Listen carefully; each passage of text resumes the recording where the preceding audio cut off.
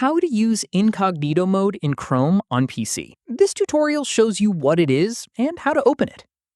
First, open Chrome on your PC. From there, click the three dots icon at the top right of the browser. After that, click on New Incognito window from the menu, and a new window will open with a dark background.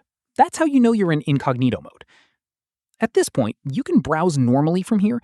Anything you search or visit in this window won't be saved to your browsing history, and any cookies or site data will be cleared as soon as you close the window. From here, if you want to open a specific link in Incognito without opening a full new window first, right-click the link and select Open Link in Incognito window.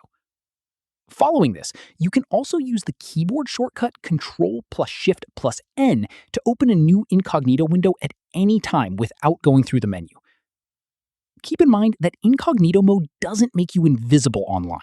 Your internet provider, employer, or the sites you visit can still see your activity.